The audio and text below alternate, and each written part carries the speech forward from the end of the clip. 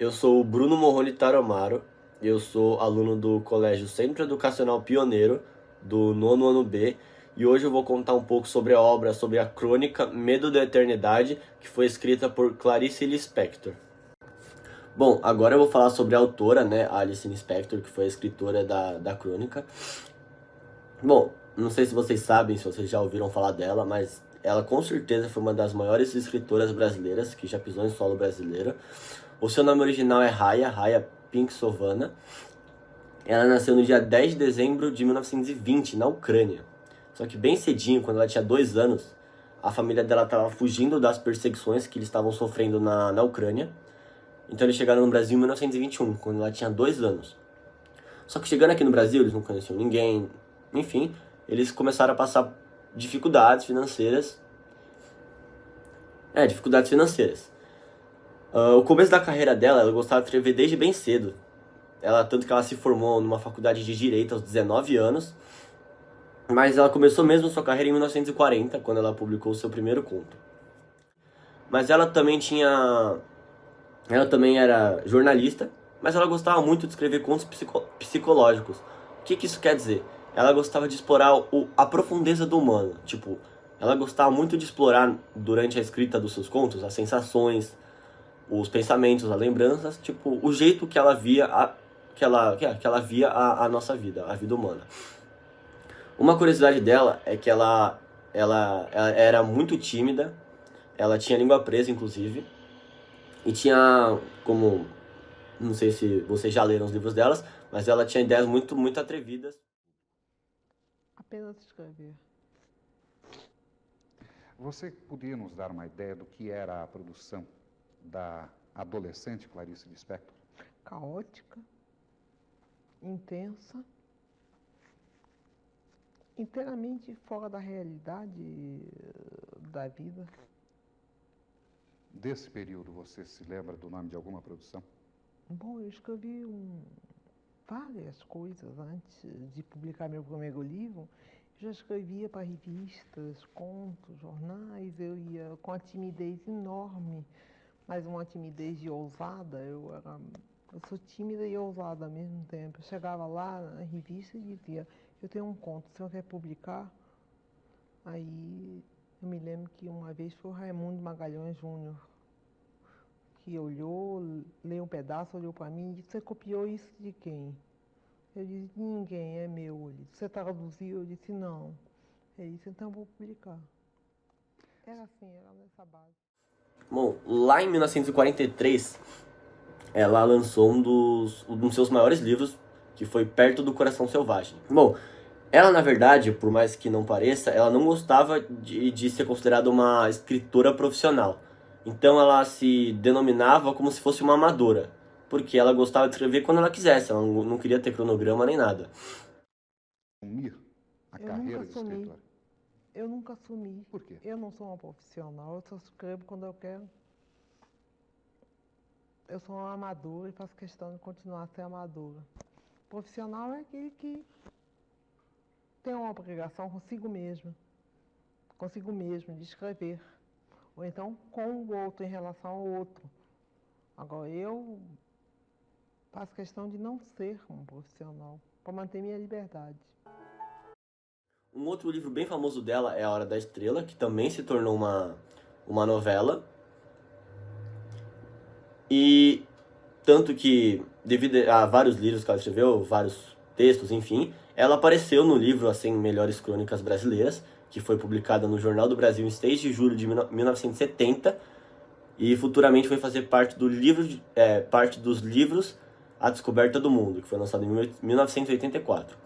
Ela ganhou vários prêmios também durante a sua carreira, que foi o prêmio da Graça Aranha, em 1944, que foi devido ao livro que ela escreveu, Perto do Coração Selvagem. Ela ganhou também o prêmio da Fundação Cultural do Distrito Federal, em 1961. Em 1961, pelo romance A Maçã no Escuro. Ela também ganhou o prêmio Jabuti de Literatura, em 1961, que foi também pela Maçã do Escuro. Ela ganhou o prêmio Carmen Dolores Barbosa, que foi pelo livro que ela escreveu, A Legião Estrangeira. E também ter sido uma grande autora, muito nomeada no solo brasileiro. Ela ganhou diversos livros, diversos prêmios, desculpa, escreveu diversos livros e com certeza deixou sua marca na história brasileira.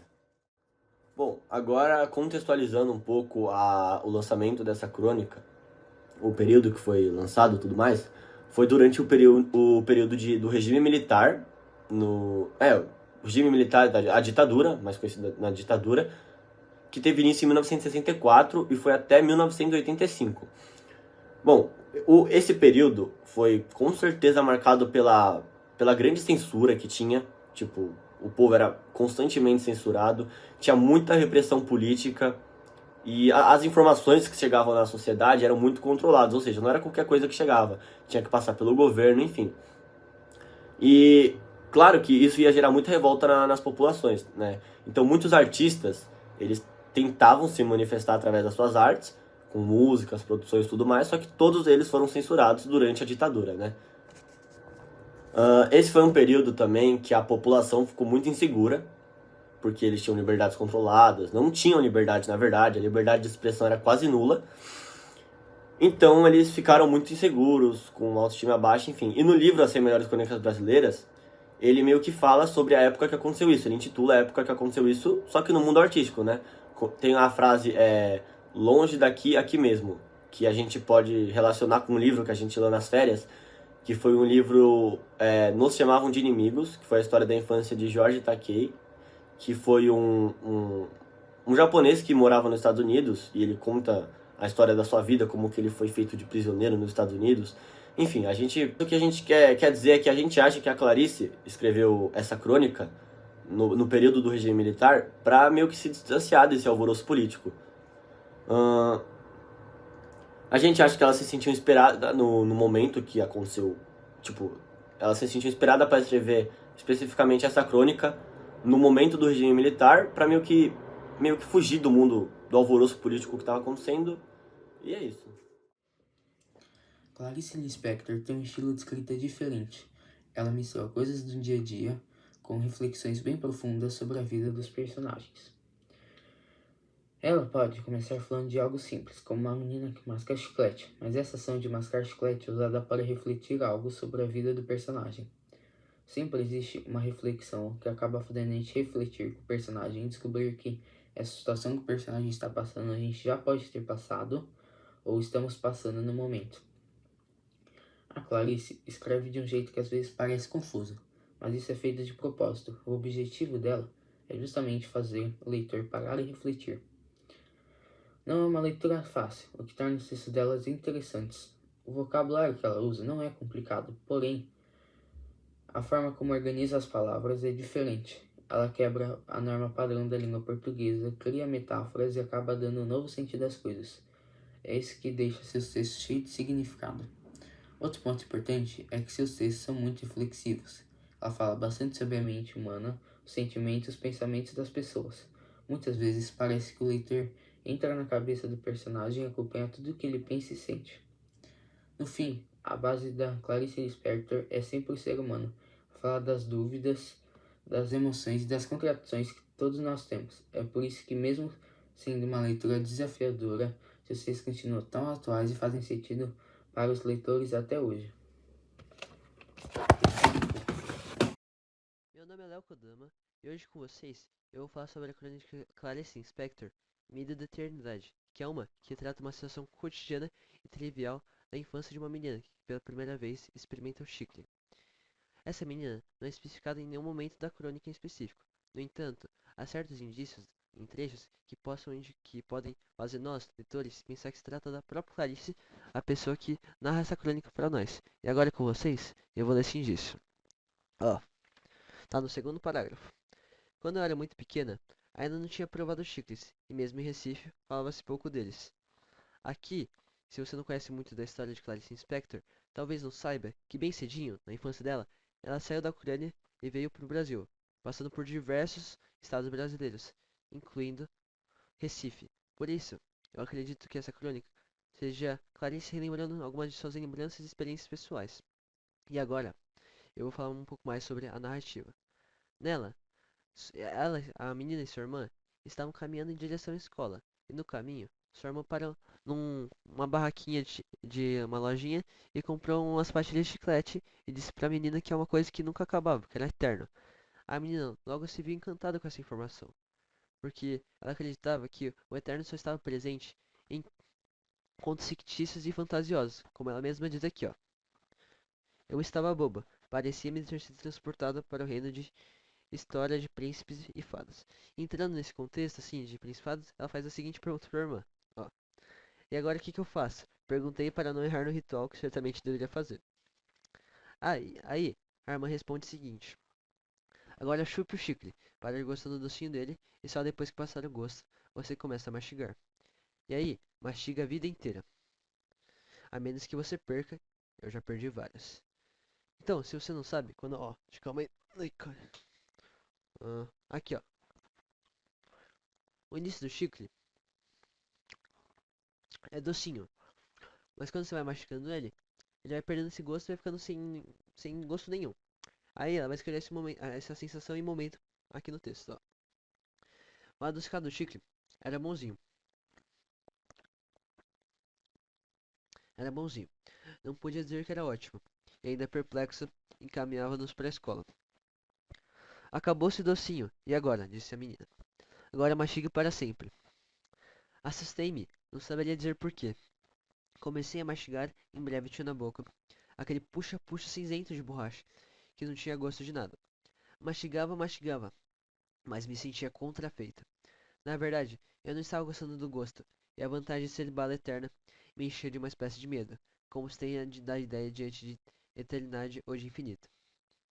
Então, aqui nesse parágrafo mais ou menos, ela vai falar que ela se assustou com o que a irmã disse, de ter que mastigar pra sempre, ó. Ó, agora mastigue para sempre. Ela ficou assustada com essa informação, porque ela não queria viver na repetição infinita de ficar mastigando, mastigando, mastigando. Ela não queria virar refém do chiclete, né, para sempre, ficar sempre mastigando, mastigando, mastigando e nessa monotonia de mastigar, mastigar. Além que ela tava com medo do próprio termo de eternidade, que é um termo bem desconhecido por nós humanos. E esse termo dava um certo medo por isso. E também tem a parte da responsabilidade de carregar eternamente, que ela não queria carregar esse peso, essa responsabilidade de ficar mastigando, mastigando, mastigando eternamente. E agora, eu vou continuar lendo. Ó, eu não quis confessar que não estava à altura da eternidade. Aqui ela quer dizer que ela não queria confessar porque ela não queria carregar essa responsabilidade, que só me dava aflição. Enquanto isso, eu mastigava obedientemente, sem parar. Até que não suportei mais, e atravessando o portão da escola, dei um jeito de chicle mastigado cair no chão de areia. Olha só o que me aconteceu, disse eu, em fingido espanto e tristeza. Agora não posso mastigar mais. A bala acabou. Já lhe disse, repetiu minha irmã, que ela não acaba nunca. Mas a gente, às vezes, perde. Até de noite, a gente pode ir mastigando, mas para não engolir no sono, a gente prega o chicle na cama. Não fique triste, um dia lhe dou outro, e esse você não perderá. Eu estava envergonhado diante da bondade da minha irmã, e envergonhada da mentira que pregara dizendo que o chicle caiu da minha boca, por acaso. Mas aliviada, sim o peso da eternidade sobre mim. Ela, quando ela joga o chicle fora, ela se livra dessa responsabilidade, desse peso de ficar mastigando, mastigando eternamente. Ela não queria ficar, como a irmã disse, de ficar mastigando para sempre, porque o gosto era ruim e não tinha nenhuma mudança, de viver na monotonia sem mudança.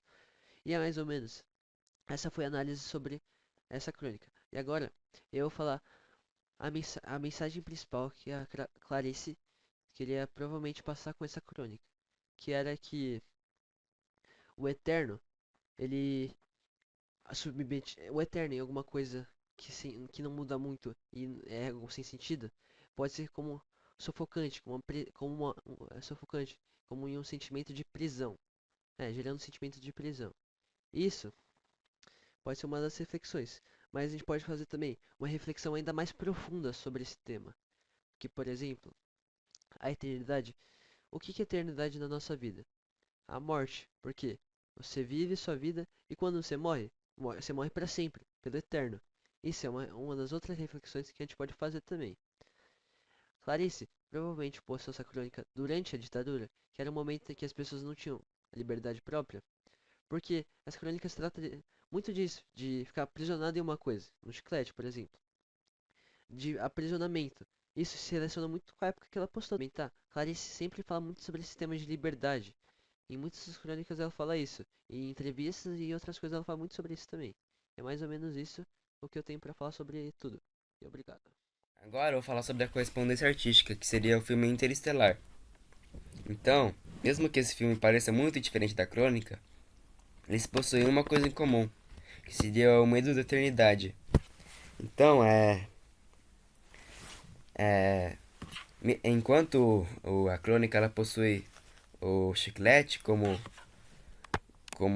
medo, o filme ele possui o buraco negro, que seria algo muito mais complexo. Então, esse filme ele fala sobre o Cooper, que seria o protagonista desse filme. Então, o Cooper ele é um ex-piloto de jato e ele mora na Terra há muitos anos distante, no futuro. Aí a Terra tá quase extinta, ao ponto tipo de ter tempestade de areia em um lugar que nem deveria ter. Então ele sem querer acha uma base secreta da NASA que tá planejando explorar novos planetas em outra galáxia. E ele é convidado para ir nessa missão, já que ele era piloto de jato. Então ele já teria uma certa habilidade na nave. Então a função dele seria como piloto. Então ele aceita essa missão e abandona sua família pelo bem da humanidade. Então, quando eles saem da Terra, eles vão em direção ao buraco de minhoca que fica em outro planeta do sistema solar. Então esse buraco de minhoca seria tipo um portal para outra galáxia, que seria tipo um teleporte, só que sem ter que percorrer o caminho mais longo. Então quando eles chegam no destino, eles percebem que o tempo é tão distorcido que uma hora lá teria tipo correspondido a mais de 5 anos lá na Terra. Então, quanto mais longe da Terra, mais o tempo passa rápido lá na Terra e mais lento o tempo passa na galáxia.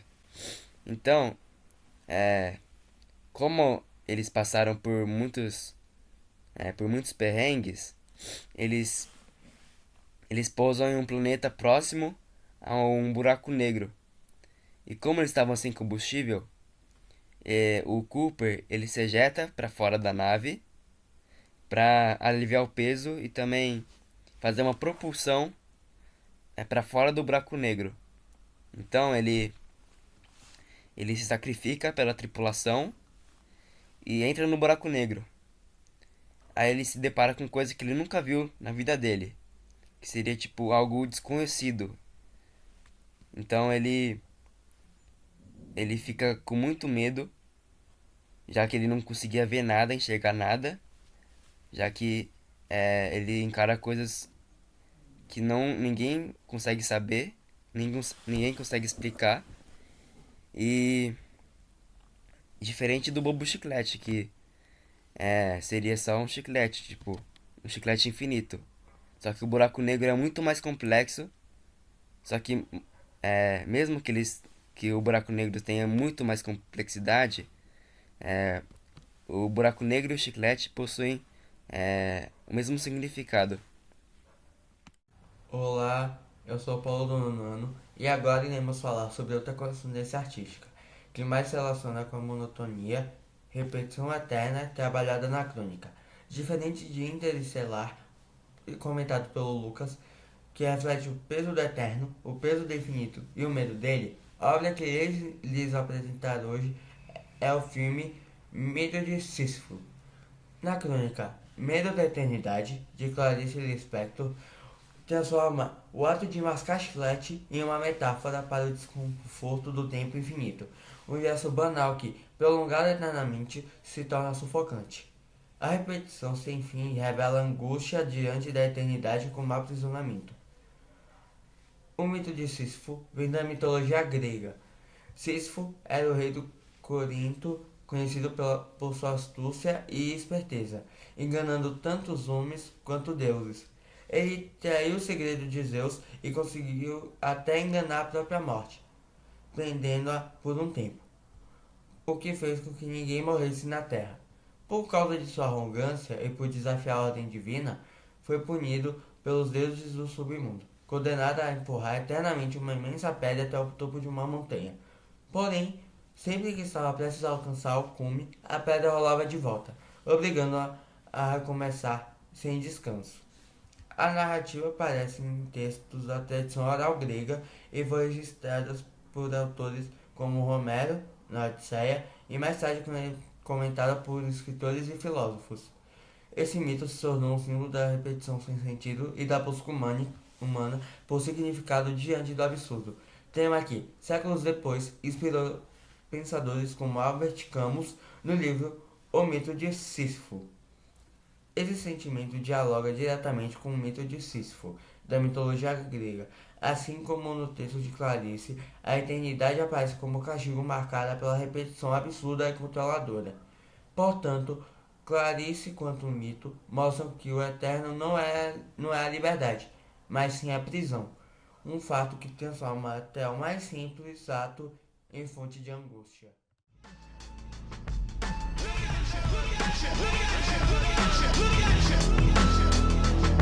And I always find something wrong.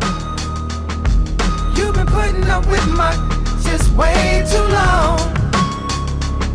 I'm so gifted at finding what I don't like the most. So I think it's time for us to have a toast. Let's have a toast for the douchebags. Let's have a toast for the Let's have a toast for the scumbags. Every one of them that I know. Let's have a toast for the jerk-offs that'll never take work off. Baby, I got a plan. Run away fast as you can. Find pictures in my email. I sent this girl a picture of my hey. I don't know what it is with fever.